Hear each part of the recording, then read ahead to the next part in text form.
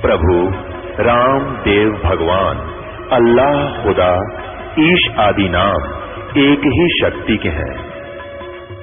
वो कैसा है, कहां है, कैसे मिलता है, किसने देखा है?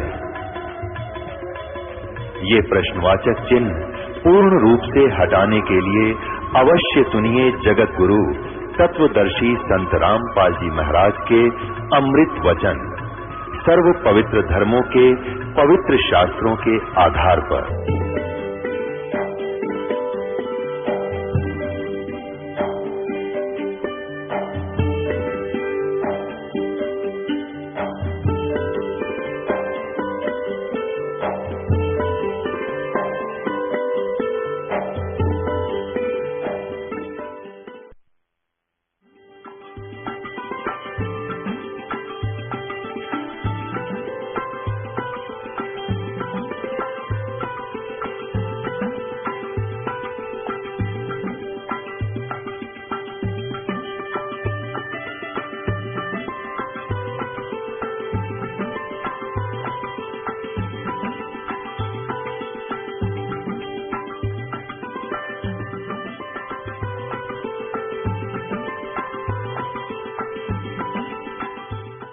परमात्मा एक झोपड़ी में बैठे, शाम का भोजन है तो सुबह का अन्न नहीं होता, ऐसी स्थिति में 18 लाख व्यक्ति आ गए। तो कहते हैं एक लीला की दाता ने वो स्वयं ही हमारे को दृढ़ता लाने के लिए कि तुम भक्ति करना चाहो तो मैं बताऊं ऐसे करते रहो, और तुम्हारे ऊपर कोई भी ऐसी कोई दिक्कत आएगी किसी भी सतर की तो मैं आगे खड़ा पाऊंगा। तो यहाँ परमात्मा ने दूसरा रूप बनाया केशव बंजारे का, और सतलोक में गए भगवान, वहां से 9 लाख बैलों के ऊपर, पहले बैलों के ऊपर ही ट्रांसपोर्टेशन होता था, ट्रांसपोर्ट का काम, गाड़ियां भी नहीं थी, जंगलों में से चलना होता था, बैलों के ऊपर जैसे गधे का बोरा होता है ऐसा डाला करते थे। तो उसमें कोई खांड पर ले जाता है, कोई बाजरा, कोई ज्वार, एक मंडी से दूसरी मंडी में ले जाते थे। तो ट्रांसपोर्ट का काम बैलों से होता था, उनको बंजारे बोलते थे, बिजनेसमैन, बनज करने वाले बंजारे। तो बंजारे का रूप बनाकर भगवान सतलोक में गए, सचखंड से 9 लाख बैल, और उनके ऊपर बड़े बड़ा पका पका जलेबी, कचौड़ी, पकौड़ी, दही, बड़ेर, सारा कुछ, जलेबी, हलवे, खीर, माठ भर भर दे रहे भगवान। और वहां सी के बाजार में लगा कर टेंट, उनमें सारे कर दिए खाली, पाड़ की पाड़ में तो ढेर के ढेर पूरियों का, जलेबियों का, लाडुओं का बहुत महंगा पड़ा हुआ, और भंडारा शुरू कर दिया, और आप बैठे झोपड़ी में दूसरा रोल कर रहे। तो ये हमें उदाहरण दिया था कि कल्पे कारण कौन है, कर सेवा नी काम, मन इच्छा फल देऊंगा जो पड़े मेरे से काम। तो हम अगर सच्ची साधना, सच्चे मन से भगवान की भक्ति करेंगे और मर्यादा में रहते हुए, हमने घनी चीज आवश्यकता नहीं, एक तो आवश्यकता हम खत्म करेंगे, जैसे हम भक्ति करेंगे तो भगवान हमारी आपदाओं को टालेगा। दूसरी बात यह है कि हम विवाह शादी में जो खर्च करते हैं बंद करना पड़ेगा, और ना ही ज्यादा संग्रह करने की नीति बनाओ, क्योंकि हमने सफर भी तय करना, सतलोक जाने वाले मार्ग पर हम चल पड़े। अब यात्री घना वजन उठाकर सफर तय नहीं कर सकता, कोठी भी बना लो, बंगले भी बना लो, फलाना भी कर दो, नहीं, आवश्यक वस्तुएं अवश्य लो, बनाओ, अनावश्यक मत करो, रीति रिवाज खत्म करो जो यहाँ बेतुकी बना रखिए। एक लड़की का विवाह कर दिया, फिर उसको हमने बोझ न्यू मान लिया कि पहले तो यहाँ खर्चा गणा करें, लोग दिखावा करना पड़ा, देखम देखा, विवाह के अंदर गहने देने पड़े, कपड़े 40 अगलियां के, 20 पछलियां के, वे मतलब वो इधर उधर ठाए फिरते रहते। फिर कोई त्योहार आता है या कोई लड़की का लड़का हो गया, एक ब्याह और शुरू हो गया, आजकल वो पी लिया, और फिर वो कुआ पूजना चाहिए, भगवान पूजा कुएं ने, कोई बात हुई है। तो इस तरह के जो सूचक बात आदि हैं, ये बेमतलब की परंपराएं हैं, ये खत्म करनी पड़ेंगी भगत ने। भगत ने जगत की तरफ देखना नहीं चाहिए, अगर जगत की तरफ भगत देखेगा तो सफर पर चल नहीं सकेगा। और परमात्मा कहते हैं कुलकर्णी के कारण ये हंसा गया बिगो, और फिर ये कुल के कर लेगा जब तुम 4 पाया का हो। आज तो इस कुल के रिवाजों को देखकर भक्ति से दूर हो गया, उनके लोक लाज में आके। तो फिर परमात्मा कहते हैं यो कुल, ये तेरा जो खानदान है, जो तेरे मोहल्ले के लोग हैं, गांव के, ये फिर तुझे कैसे बचा देंगे जब तू 4 पांव का गधा बन के खड़ा हो गया, बैल बन के खड़ा हो जाएगा। तो यहाँ परमात्मा कहते हैं कुल करनी के कारण, कुल की परंपराओं के कारण हंसा गया बिगो, ये भक्त डगमग हो गया और छोड़ गया मार्ग को, तो तब कुल यू के कर लेगा जब तू 4 पांव का हो। तो इन सब बातों को याद करके हमने जगत को नहीं देखना, भगत ने भगत को ही देखना होता है और परमात्मा के नियम का पालन करके आगे बढ़ना। अब क्या बताते हैं कि दोजक बैस सभी तय देखे राजपाट के रसिया, और 3 लोक से भी तरपत नाही यो मन भोगी खसिया। अब इस मन की ऐसी गंदी वृत्ति है। एक हमारे गांव का एक बहुत पुराने समय में एक्सीडेंट बन गया, कार्यकारी अधिकारी इंजीनियर सिविल के अंदर, उसने 3 कोठी बना दी, अच्छा धन दान था, 2 लड़के थे, उसकी मृत्यु, वो पैरालाइज दुर्घटना होगी, दुर्घटना पैरालाइज होकर मरा। 3 कोठी बेटे 2।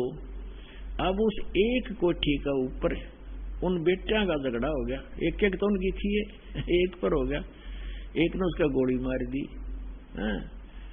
तो हो गया ना से खड़ाई, काट ले उसको उठे ने, और आप गधा बने रहा हुआ कि तो यहाँ परमात्मा कहते हैं दोजक भैष्ट सभी तय देखे, नरक भी जा लिया, स्वर्ग में देवता भी बन लिया, यहाँ का राजा भी बन गया, राजपाट के रसिया, और 3 लोक से भी तरपत नाही ये मन भोगी खसिया। कोई एक सरपंच बन जाता है गांव का, तो उसकी नीयत ये रहती है कि चेयरमैन बनूं जब बात बने।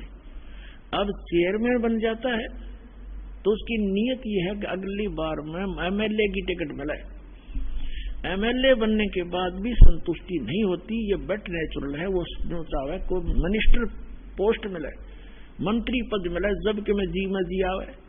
मंत्री बनने के बाद भी संतुष्टि नहीं है कि फिर भी प्राचीन हूं और मुख्यमंत्री बनूं तो बात बने। मुख्यमंत्री बनने के बाद फिर तगड़मबाजी शुरू होती है, प्रधानमंत्री बनूं जब जय जयकार हो, प्रधानमंत्री का नंबर आओ, इतने भाई की टिकट कट जा, फिर गधा बना पाओगे तो कुमार के बोरे तले। तो परमात्मा कहते हैं ये ज्ञान समझ में आओगा सतगुरु की शरणों में। जैसे परमात्मा बार बार हमें कितने भाव से समझाते हैं, हमारे को कितने प्रकार से समझाते हैं। मन नेकी कर ले 2 दिन का मेहमान, मन नेकी कर ले 2 दिन का मेहमान। फिर क्या बताते हैं, आखिर तुझको कौन कहेगा गुरु बिन आत्म ज्ञान, मन नेकी कर ले 2 दिन का मेहमान। क्या कहते हैं कि ठीक है तो मनुष्य जीवन में है, कहीं भी जाएगा, रिश्तेदारी में जाएगा, कोई बड़े छोटे अच्छे नेक व्यक्ति से मिलेगा, आपको वो संसारिक जीवन की तो ट्रेनिंग दे सकते हैं, धन जोड़न की भी दे सकते हैं, लेकिन गुरु के बिना तुझे आत्म ज्ञान नहीं मिलेगा। तो क्या बताते हैं, आखिर तुझको कौन कहेगा गुरु बिना आत्म ज्ञान, कि आत्म ज्ञान और परमात्म ज्ञान ये 2 ज्ञान होते हैं। आत्म ज्ञान तो ये है कि हम कौन हैं, कहां से आए हैं, हमारा उद्देश्य क्या है, ये मृत्यु और जन्म हो रहा है।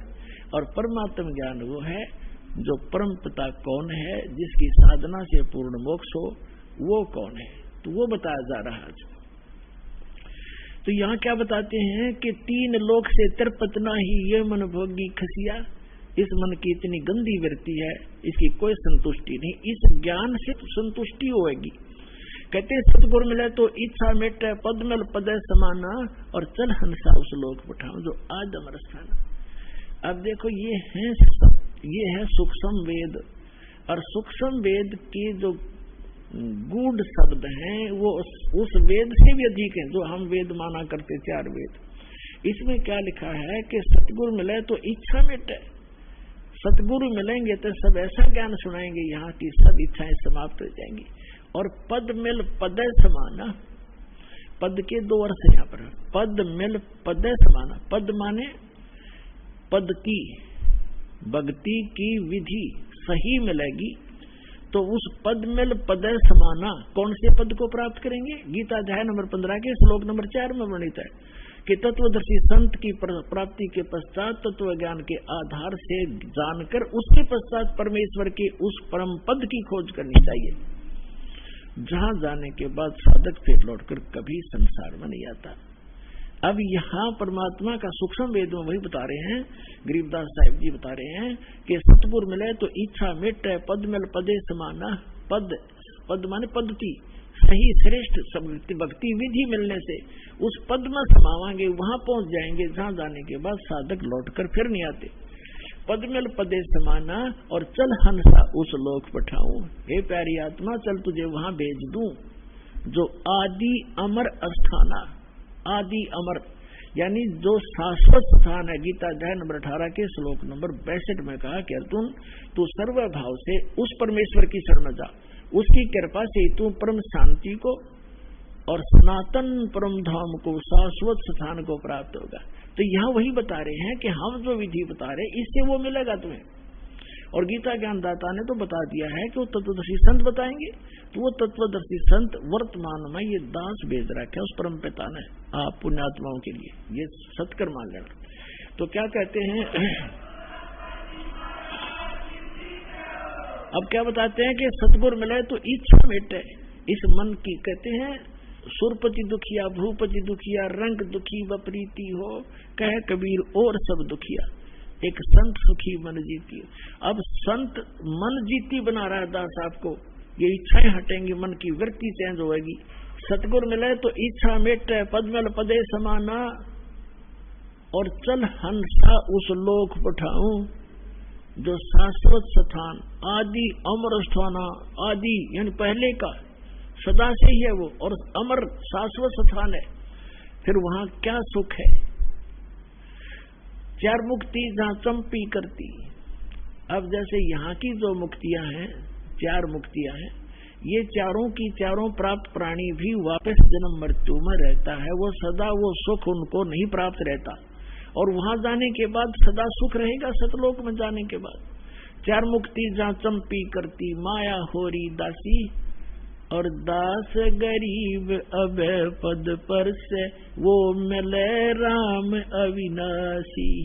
गीता अध्याय नंबर 15 के श्लोक नंबर 17 में जो कहा है, उत्तम पुरुषत्व अन्य परमात्मा इति उदाहरता, यह लोग तरम अविश्य विवर्ती अवैश्वर है। तो वो परमात्मा अविनाशी परमात्मा आपको मिलेगा जो साधना हम बता रहे हैं, ये दास बता रहा है, और वहाँ सदा सुखी रहोगे, आपका परिवार होगा, वो कभी मृत्यु को प्राप्त नहीं होगा, किसी चीज का अभाव नहीं होगा। और यहाँ से तो आपने जाना पड़ेगा, यह आपको याद है खूब, और याद रखना।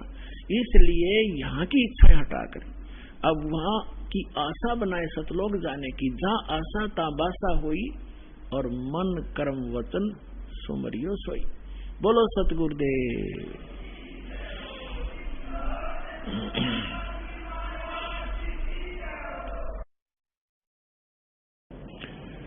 परम पिता परमात्मा पूर्ण ब्रह्म सारी सृष्टि के रचनहार कबीर परमेश्वर जी हम सभी आत्माओं के जनक हैं, ये हमारे हमदर्द हैं, हमारे पिता हैं। अध्यात्म मार्ग से हम अपरिचित होने के कारण अपने पिता को हम पहचान नहीं पाते, जिसके परिणाम स्वरूप हम साधना करते करते भी इस काल के जाल से हम नहीं निकल पाते। ये काल का एक भयंकर जाल है, इस जाल से निकले बिना हमें सुख नहीं हो सकता, हमारी जन्म मृत्यु समाप्त नहीं हो सकती।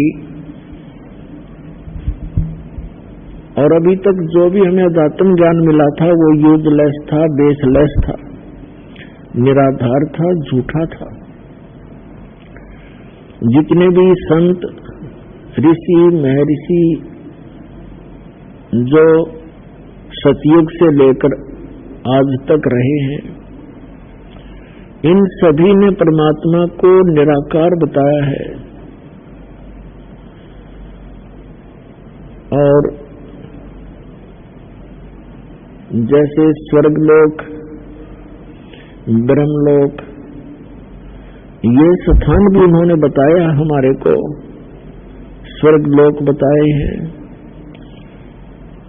और उसकी व्यवस्था ये भी बताई गई है कि वहां जितने भी प्राणी जाते हैं, स्वर्ग के अंदर अपना पुण्य समाप्त होने के उपरांत अन्य योनियों को प्राप्त करते हैं, दूसरे प्राणियों के शरीरों में वो प्रवेश कर जाते हैं। ये सिलसिला असंख्यों युगों से चला आ रहा है। अब कुछ समय से 100, 125, 150 वर्ष से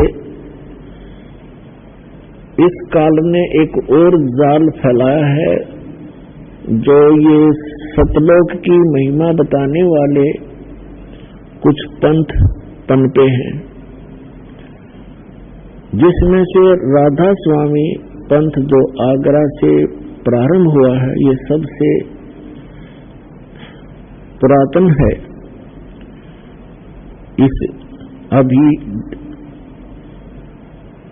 सन 1861 के आसपास ये प्रारंभ हुआ,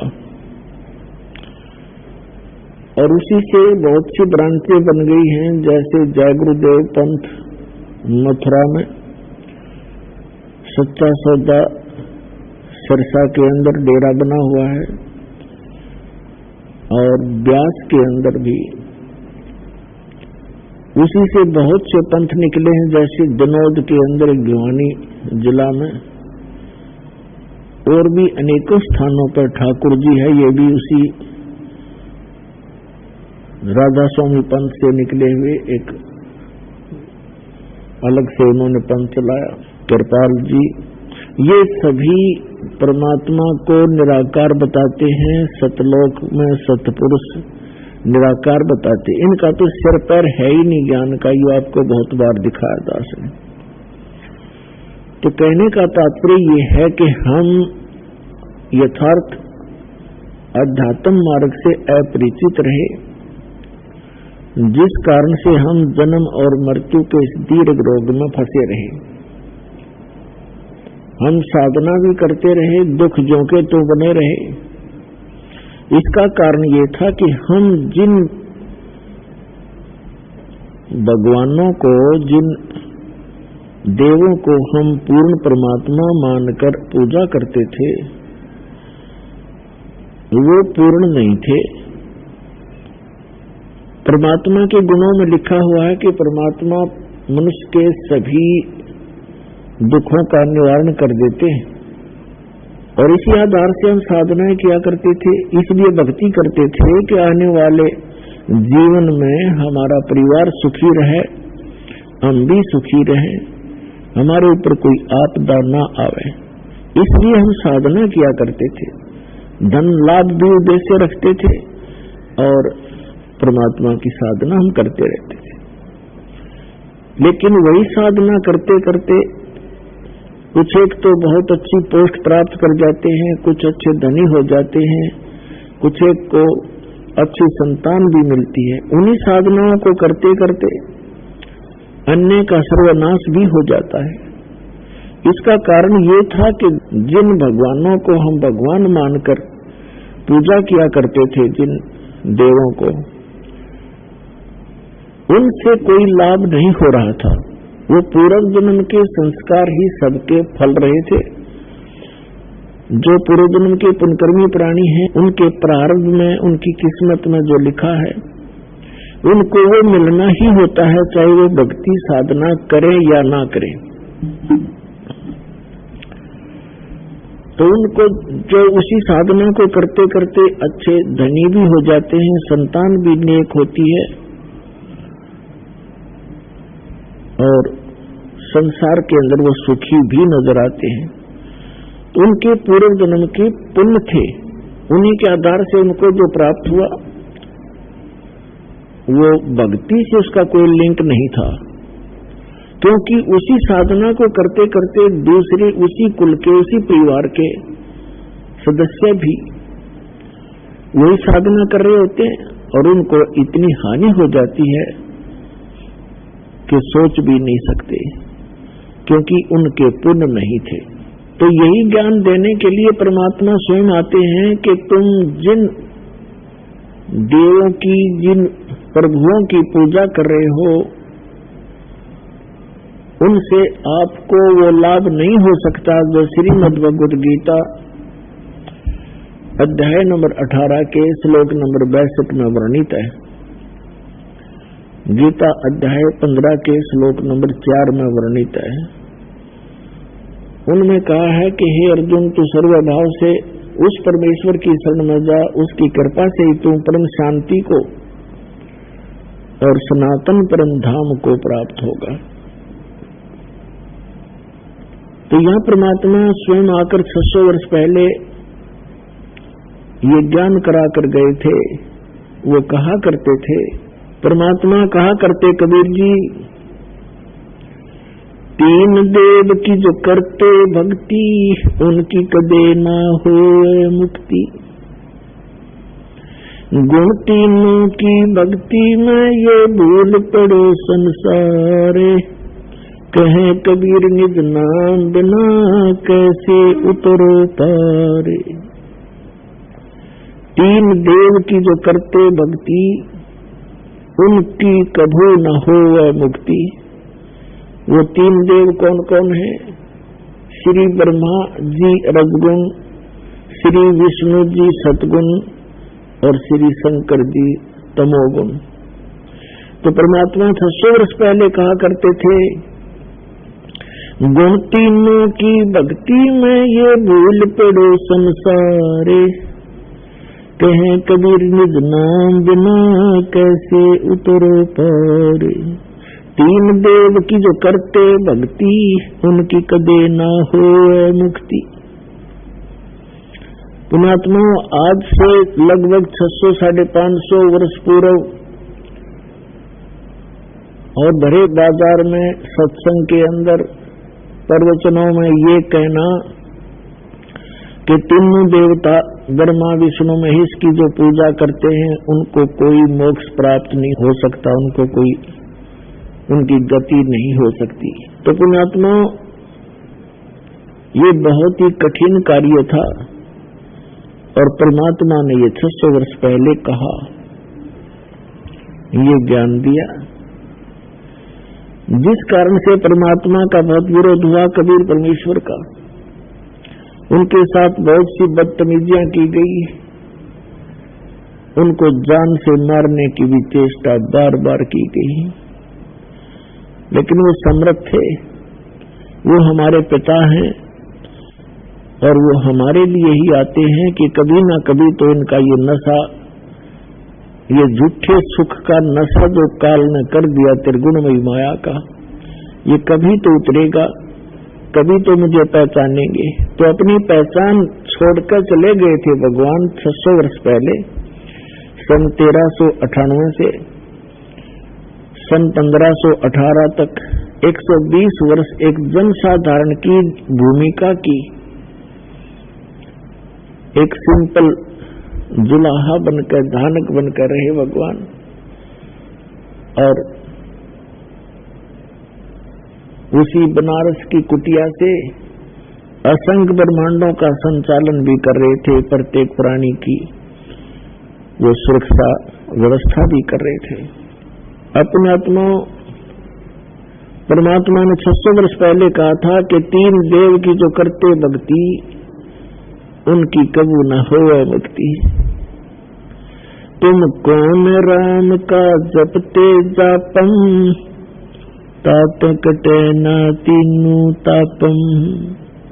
परमात्मा कहा करते, तुम किस भगवान की भक्ति कर रहे हो, किसका मंत्र जाप कर रहे हो, उन भगवानों से तुम्हारा कोई तीन ताप का जो कष्ट है वो भी दूर नहीं हो सकता।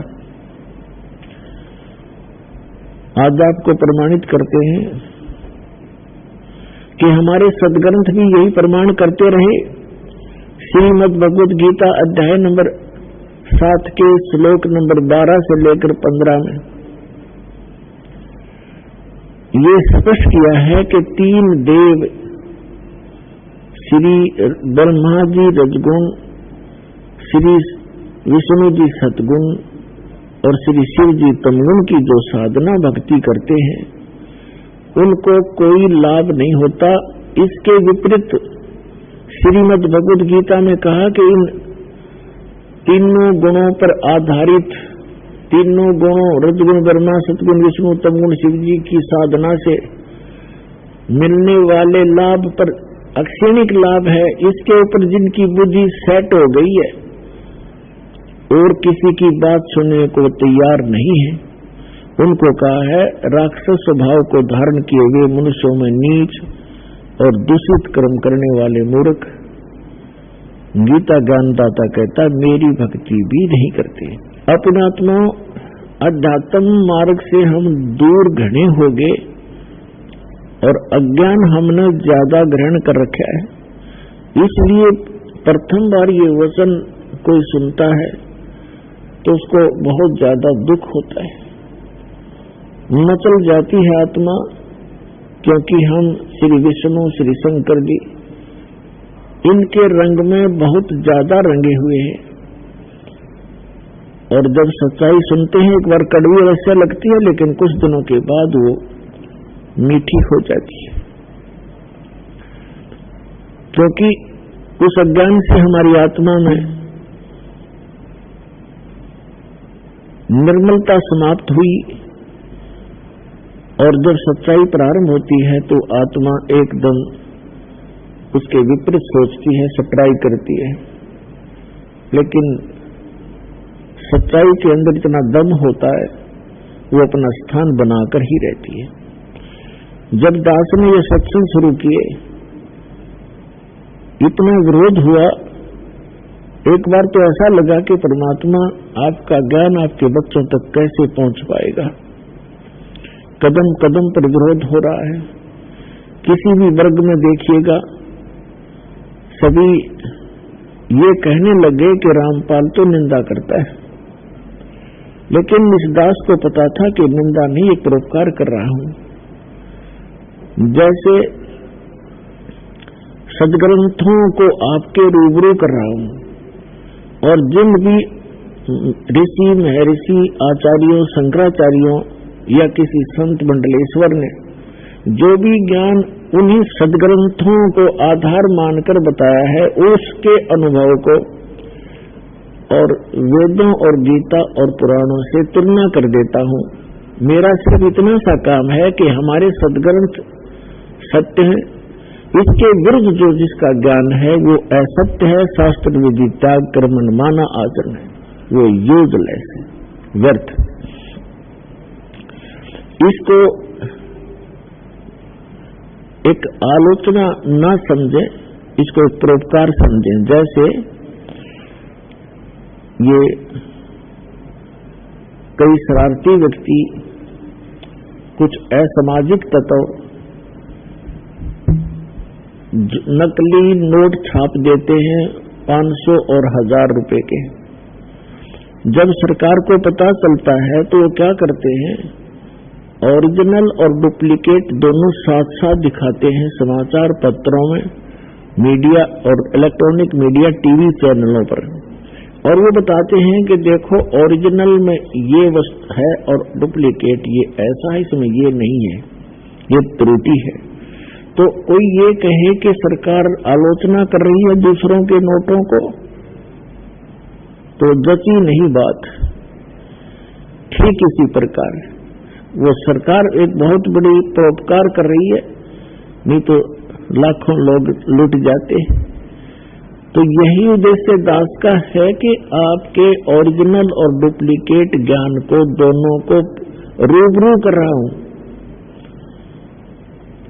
और इससे आपको पहचान होगी सत्य और असत्य की, आपका जीवन नाश होने से बच जाएगा।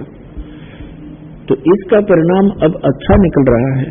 आपको दिखाते हैं श्रीमद् भगवद गीता, ये एक अनमोल ग्रंथ है, ये चारों वेदों का इसके अंदर सारांश है, और इसके अंदर बहुत ही सिस्टमेटिकली ज्ञान दिया हुआ है, तरतीब वाइज दिया हुआ ज्ञान है। लेकिन हमारे धर्मगुरु हमारे अध्यात्म मार्ग के इन ग्रंथों को, आध्यात्मिक ग्रंथों को सदग्रंथों को समझ नहीं सके, जिस कारण से ये हमें लोक वेद सुनाते रहे। लोक वेद का अर्थ होता है दंत कथा, अक्षेत्रीय ज्ञान। लोक वेद अक्षेत्रीय ज्ञान, दंत कथा, सुना सुनाया ज्ञान एक दूसरे से जो सत्य ना हो, उसको लोक वेद कहते हैं। कबीर परमेश्वर जी कहते हैं, पीछे लग गया जाऊं था मैं लोक वेद के साथ, और रस्ते में सतगुरु मिल गए, दीपक दे दिया हाथ। जैसे परमात्मा हमारे को समझाने के लिए अपने ऊपर ही वो सब उदाहरण कोड करते हैं, एग्जाम्पल कोड करते हैं, उदाहरण लगाते हैं। क्या बताना चाहते हैं परमात्मा के पहले में लोक वेद यानी सुने सुनाए अपने धर्म मजहब अक्षेत्र में जो भी साधनाएं पूजाएं चल रही थी, उस लोक वेद के आधार से भक्ति कर रहा था। फिर सतगुरु मिल गए जिसने तत्व ज्ञान रूपी टॉर्च दीपक हमें दे दिया।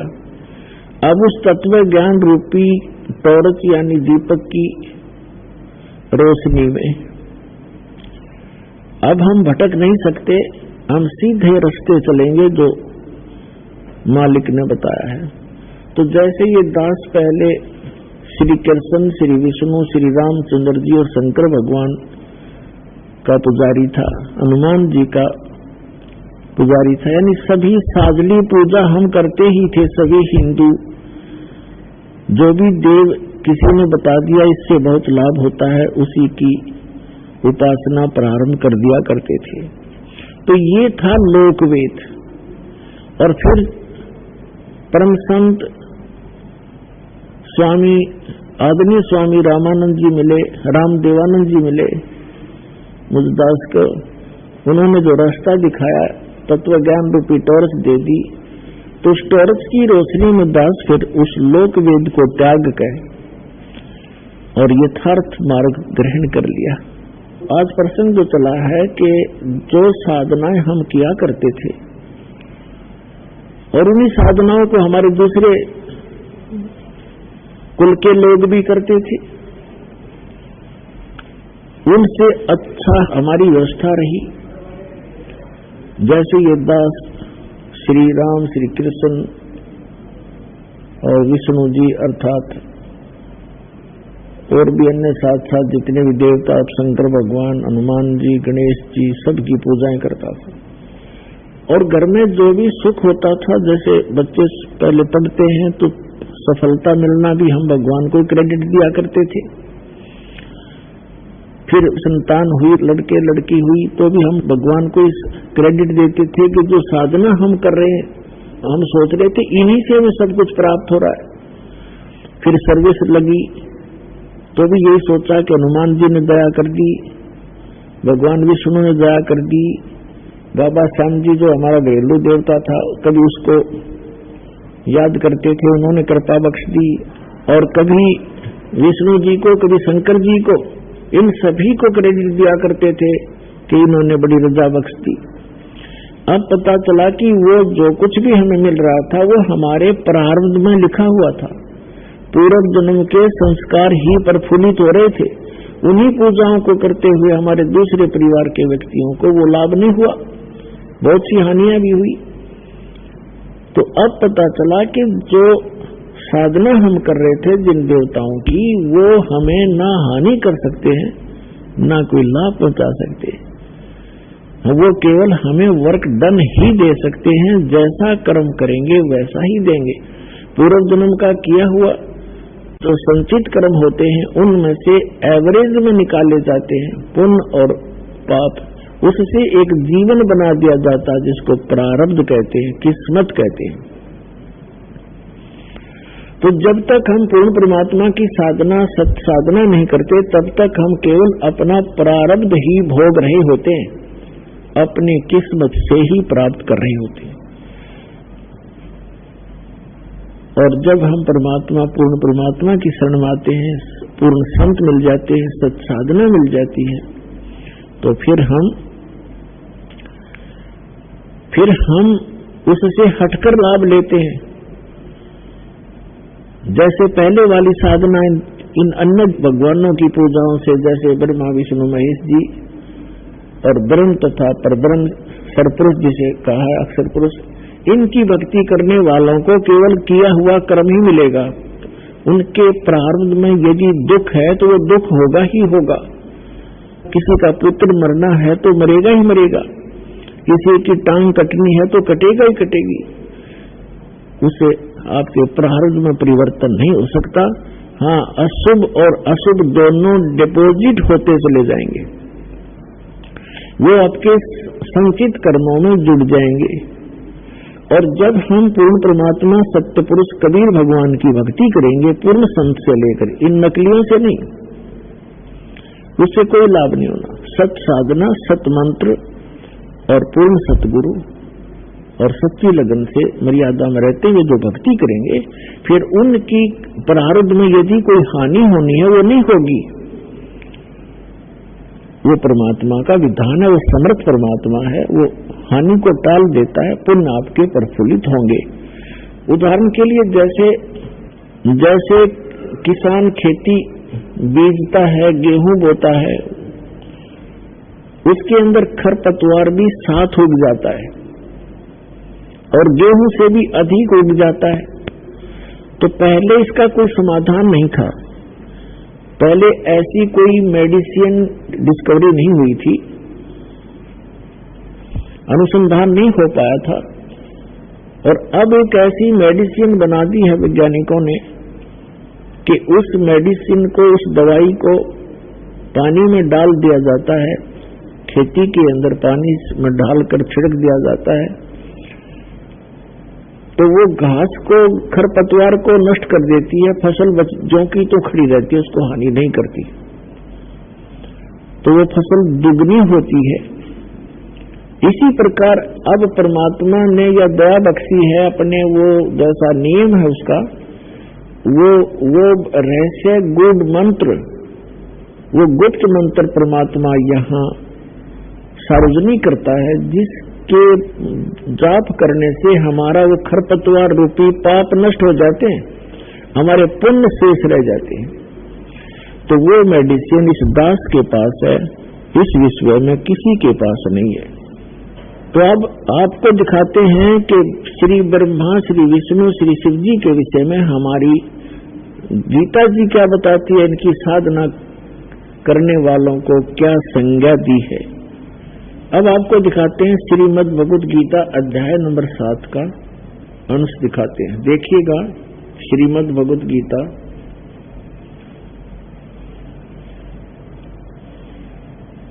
जयदयाल गोविंद का इसके अनुवादक हैं, गीता प्रेस गोरखपुर से ये प्रकाशित है। हम इसका 7वां अध्याय लेते हैं। ये है 7वां अध्याय, 7वां अध्याय श्रीमद् भगवद गीता का।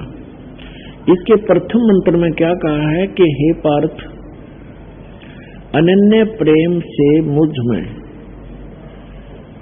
आसक्त चित्त तथा अनन्य भाव से मेरे प्राण होकर योग में लगा हुआ तू जिस प्रकार से संपूर्ण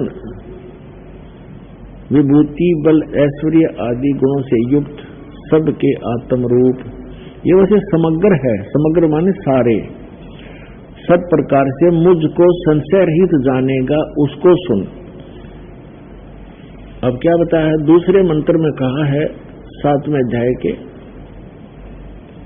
मैं तेरे लिए इस विज्ञान से ही तत्व ज्ञान को संपूर्णता कहूंगा, जिसको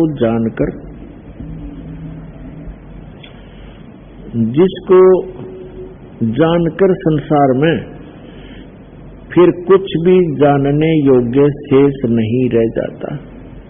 अब गीता ज्ञान दाता कह रहा कि अर्जुन, मैं अब तुझे ऐसा ज्ञान बताने जा रहा हूं, इसको जानने के बाद फिर संसार में कुछ भी जानना शेष नहीं रहेगा। अपने आत्मा को देखना। और इस पवित्र गीता को हम श्रोधार्य मानते थे, पढ़ते भी थे, डेली पाठ भी किया करते थे, लेकिन कहते गुरु बिन काहु न पाया ज्ञान, जो थो था बुझ छड़े मूड किसान, गुरु बिन वेद पढ़े जो प्राणी, समझे न सार रहे अज्ञानी। गुरु के बिना वेदों के अर्थों, गुण अर्थों का समझना बड़ा कठिन है, और उसके ना समझे बिना हम अज्ञानी ही रहे। हमारे जितने भी ऋषि सतयुग से लेकर आज तक के ऋषि महर्षि ये सब अज्ञानी थे। अपने आत्मा ये दास के जो वचन हैं ये कड़वे अवश्य लगेंगे एक बार, लेकिन बाद में इतने मीठे हो जाएंगे, इनके अतिरिक्त आपको कोई और बोल वचन सुहावेगा नहीं, अच्छा नहीं लगेगा। कि सतयुग से लेकर आज तक के ऋषि महर्षियों को ज्ञान नहीं था, बिल्कुल ज्ञान नहीं था, अज्ञानी थे वे। अपनी आत्मा थोड़ी सी झलक दिखा दूं, नहीं तो कोई पहली बार सुनेगा भक्त, क्योंकि ये सीडी वगैरह बनती हैं, भक्त अपने मित्रों को देते हैं, तो उनका ये हजम होगी नहीं ये बात कि सतयुग से लेकर आज तक के इन ऋषि महर्षि ब्राह्मणों को कति ज्ञान नहीं था भक्ति का। इनको छोड़ ब्रह्मा विष्णु महेश को ज्ञान नहीं था, बताओ। तो ये वचन जो दास के हैं ये तो आज सभ्य समाज, शिक्षित समाज हो गया, इसलिए स्वीकार्य हो गए। और ये वचन परमात्मा 600 वर्ष पहले कहा करते कबीर जी, तो उस समय तो पत्थर खान की बात थी, डले लग गए। और है ये सारी सत्य, पूरी कंप्लीट सत्य है, हमारे सदग्रंथ प्रमाणित करते हैं। इससे पहले मैं थोड़ा सा श्री देवी भागवत के कुछ उल्लेख आपके रूबरू करता हूं, जिससे आपको पता चलेगा कि न तो सतयुग से लेकर आज तक के ऋषि महर्षियों को ज्ञान था, और न ब्रह्मा विष्णु महेश को ज्ञान था अध्यात्म मार्ग का। तो और को होगा किसको? केवल परमात्मा स्वयं आते हैं, अपने द्वारा रची हुई सृष्टि को यथार्थ रूप में वही बताते हैं, और यथार्थ भक्ति मार्ग और पूर्ण परमात्मा वो स्वयं होते ही हैं, वो स्वयं ही यथार्थ भक्ति मार्ग बताते हैं, यथार्थ ज्ञान तत्व ज्ञान वही बताते हैं। अब देखिएगा श्रीमद् देवी भागवत सचित्र मोटा टाइप, गीता प्रेस गोरखपुर से प्रकाशित। इसके कौन है संपादक, कौन है इसके देखिएगा, हनुमान प्रसाद पोदार, चिमनलाल गोस्वामी, और ये प्रकाशक है इसके। इसके 414 पृष्ठ आपको ले चलते हैं। छठा स्कंध, ये छठा स्कंध संक्षिप्त देवी भागवत 414 पृष्ठ पे।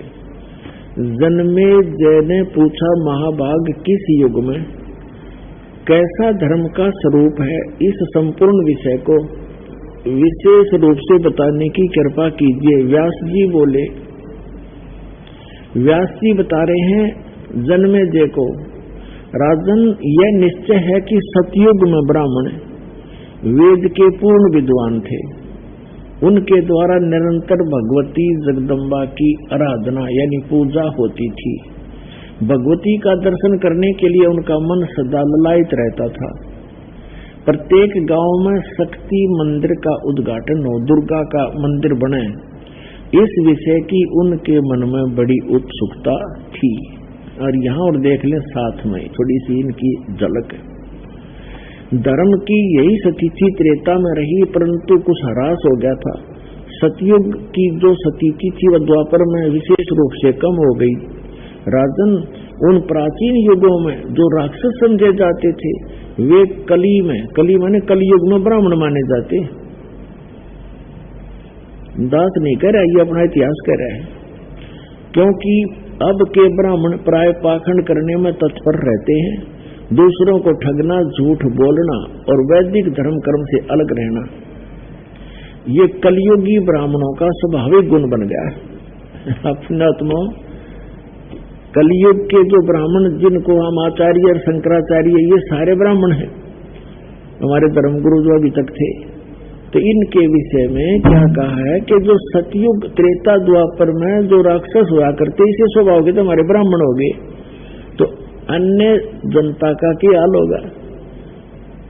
अब ये क्या बता रहे हैं, इससे एक और कंसेप्ट क्लियर कर दिया कि सतयुग के ब्राह्मण वेद के पूर्ण विद्वान माने जाते थे, व्यास जी कह रहे, और वो दुर्गा की पूजा करते थे, खाक विद्वान थे वे।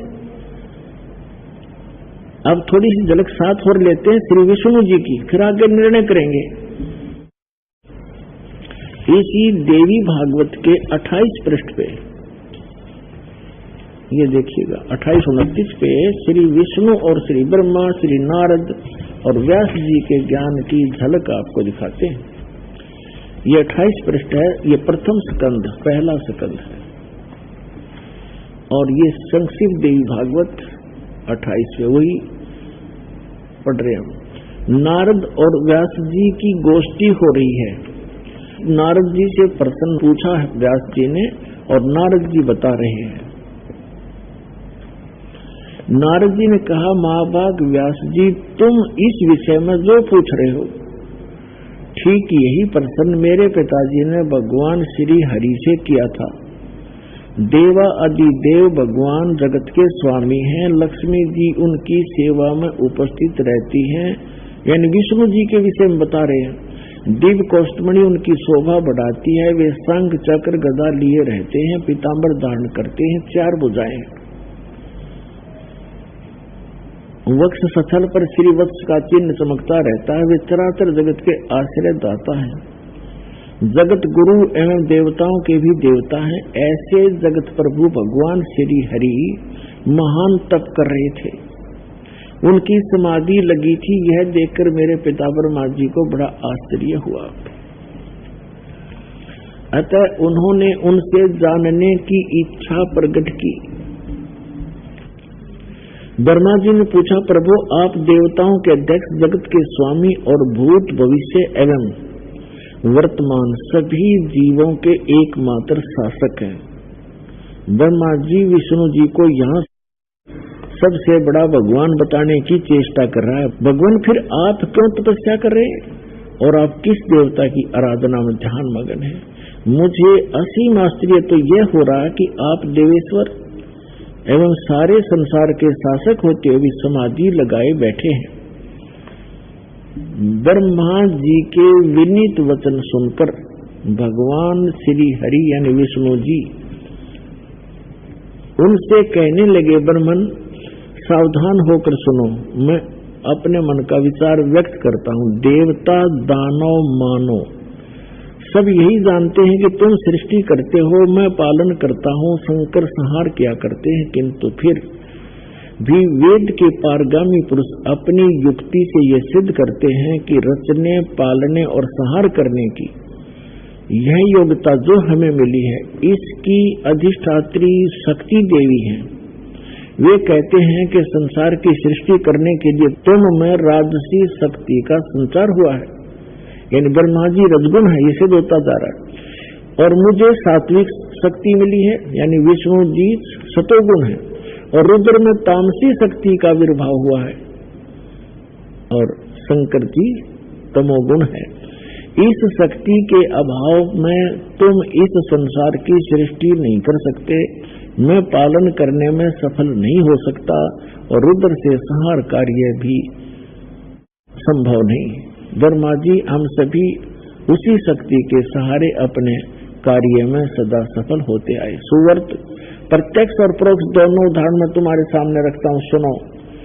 यह निश्चित है कि उस शक्ति के अधीन होकर ही मैं इस शेष नाग की सैया पर सोता और सृष्टि करने का अवसर आते ही जाग जाता हूँ।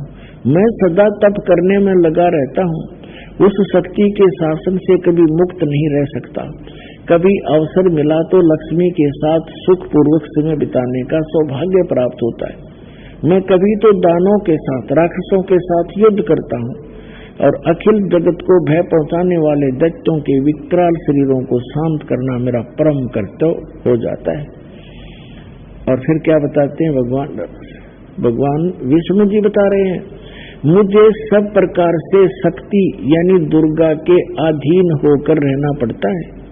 उन्हीं भगवती शक्ति का यानी दुर्गा जी का मैं निरंतर ध्यान किया करता हूँ, और ब्रह्मा जी मेरी जानकारी में इस भगवती शक्ति से बढ़कर दूसरे कोई देवता नहीं, यानी दुर्गा से ऊपर मैं किसी भगवान से परिचित नहीं हूँ। ये सबसे बड़ी, मेरे लिए सबसे बड़ी भगवान दुर्गा है। अपनात्माओं, इस थोड़े से उल्लेख में अपने सदग्रंथों से ये सिद्ध हो जाएगा कि यह दातम मार्ग का न विष्णु ने पता, न ब्रह्मा ने पता, न शंकर ने, न नारद जी ने, न व्यास जी ने, और सतयुग के ब्राह्मणों को नहीं पता तो त्रेता द्वापर कलयुग वालों को तो पता ही कैसे होगा। यह आपके रूबरू आ गया कि उधर से सतयुग के ब्राह्मण भी वेद के पूरे विद्वान माने जाते थे, दुर्गा की पूजा करते थे। इधर विष्णु जी कह रहे हैं कि मैं दुर्गा की पूजा करता हूँ और इससे ऊपर कोई भगवान नहीं जानता मैं। तो आ गया सतर इनके अध्यात्म ज्ञान का, स्पिरिचुअल नॉलेज का। तो क्या पता था इन ब्रह्मा विष्णु में इसको, जिनको हम सर्वज्ञ मानकर पूजा किया करते थे। अब देखो ये दोनों यानी सतयुग के ब्राह्मण और विष्णु जी क्या कह रहे हैं कि हम दुर्गा की पूजा करते हैं। वेद में कहीं लिखा दुर्गा की पूजा करने का? श्रीमद् भगवत गीता में लिखा कहीं दुर्गा की पूजा करने का? एक शब्द तो सुना दो। तो इसको कहते हैं लोक वेद सकदल उआ बाई बकदा। अब दुर्गा जी क्या कहती है आपको दिखाते 562 पृष्ठ पर 7वें सकंद में, 7वां सकंद, और संक्षिप्त देवी भागवत 562 पृष्ठ पे देवी के द्वारा हिमालय को ज्ञानो उपदेश और ब्रह्म स्वरूप का वर्णन। अब श्री देवी जी कहने लगी पर्वतराज, अब दुर्गा जी पहले तो अपने विषय में बताती है, फिर कहती है नहीं, उस ब्रह्म का क्या स्वरूप है यह बतलाया जाता है। जो प्रकाश स्वरूप सबके अत्यंत समीप में स्थित, हृदय रूप गुहा में स्थित होने के कारण गुहाचर नाम से प्रसिद्ध और महान पद अर्थात परम प्राप्य है।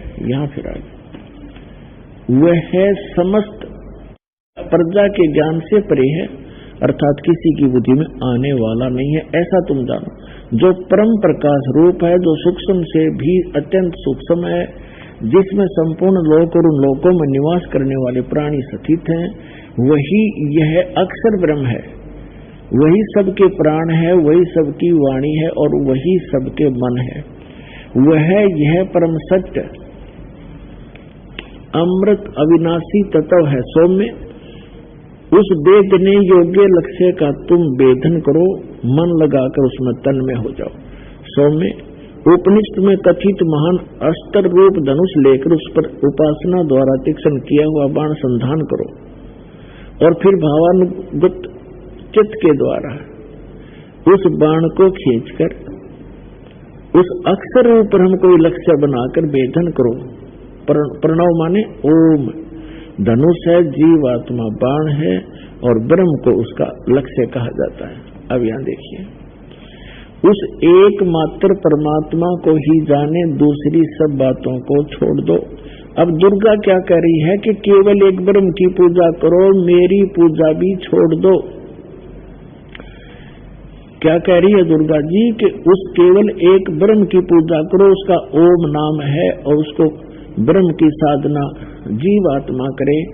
अपनी साधना भी कह रही है, मेरी भी पूजा मत करो, एकमात्र उसी की साधना करो। ये देखो, उस एकमात्र परमात्मा को ही जाने, दूसरी सब बातों को छोड़ दे। यही अमृत रूप परमात्मा के पास पहुंचाने वाला पुल है। संसार समुद्र से पार होकर अमृत स्वरूप परमात्मा को प्राप्त कराने का यही सुलभ साधन है। इस आत्मा का परमात्मा का को ओम के जप के साथ ध्यान करो। इससे अज्ञान में अंधकार से सर्वथा परे और संसार समुद्र से उस पार जो ब्रह्म है उसको पा जाओगे, तुम्हारा कल्याण हो। स्पष्ट कर दिया कि ओम नाम ब्रह्म का है और इस ओम नाम के जाप से ब्रह्म को पाने का उद्देश्य रखकर साधना करो, तुम उसको प्राप्त कर जाओगे। और वो कहाँ रहता है? वह है यह सबका आत्मा ब्रह्म, ब्रह्मलोक रूप दिव्य आकाश में स्थित है, वहां रहता है ब्रह्मलोक में ये ब्रह्म। अपने आत्मा यदि ये दास मौखिक ये वचन कहकर छोड़ देता और प्रथम बार कोई पुण्यात्मा ये वचन सुनता तो वो शायद टीवी बंद करके बैठ जाता और औरों को भी कहता कि वो तो निंदा करता है, झूठ बोलता है। और अब क्या कहोगे कि ये विश्व में यदि सत्य ज्ञान है तो रामपाल के पास है, न विश्व में किसी के पास ज्ञान नहीं। अब हम आते हैं श्रीमद् भगवद गीता अध्याय नंबर 7 पर। इसके अंदर एक बहुत ही निर्णायक ज्ञान है, बहुत ही निर्णायक ज्ञान है, लेकिन हम समझ नहीं सके इन सदग्रंथों को, जिस कारण से हमें बहुत हानि हुई, जिसकी पूर्ति अब हो पाएगी। अब देखिएगा श्रीमद् भगवद गीता, गीता प्रेस गोरखपुर से प्रकाशित है, जयदाल गोविंद का इसके अनुवादक है। ये है 7वां अध्याय, हमने ये पढ़ लिया पहले, फिर पढ़ लेते हैं। प्रथम मंत्र में क्या कहा है कि गीता ज्ञानदाता कहता है, हे पार्थ, अनन्य मन से मुझ में आसक्त चित्त अर्थात अनन्य भाव से मेरे प्राण होकर योग में लगा हुआ, जिस प्रकार से तू समग्र यानी सर्व भाव सब प्रकार से, समग्र माने सब प्रकार से मुझको संशय रहित जानेगा, उसको सुन। अब दूसरे में 7वें अध्याय का श्रीमद् भगवद गीता का दूसरा मंत्र पढ़ते हैं। मैं तेरे लिए इस विज्ञान से तत्व ज्ञान को संपूर्णता कहूंगा, जिसको जानकर संसार में फिर कुछ भी जानने योग्य शेष नहीं रह जाता। अब तीसरे मंत्र में कहा कि हजारों मनुष्यों में कोई एक मेरी प्राप्ति के लिए यत्न करता है, यत्न करने वाले योगियों में भी कई एक मेरे प्राण होकर मुझको, मेरे प्राण होकर मुझको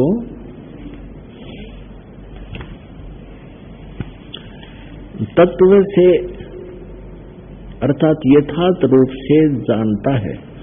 चौथे में कहा है, ये पृथ्वी जल अग्नि वायु आकाश मन बुद्धि और अहंकार भी इस प्रकार ये 8 प्रकार से विभाजित मेरी प्रकृति है।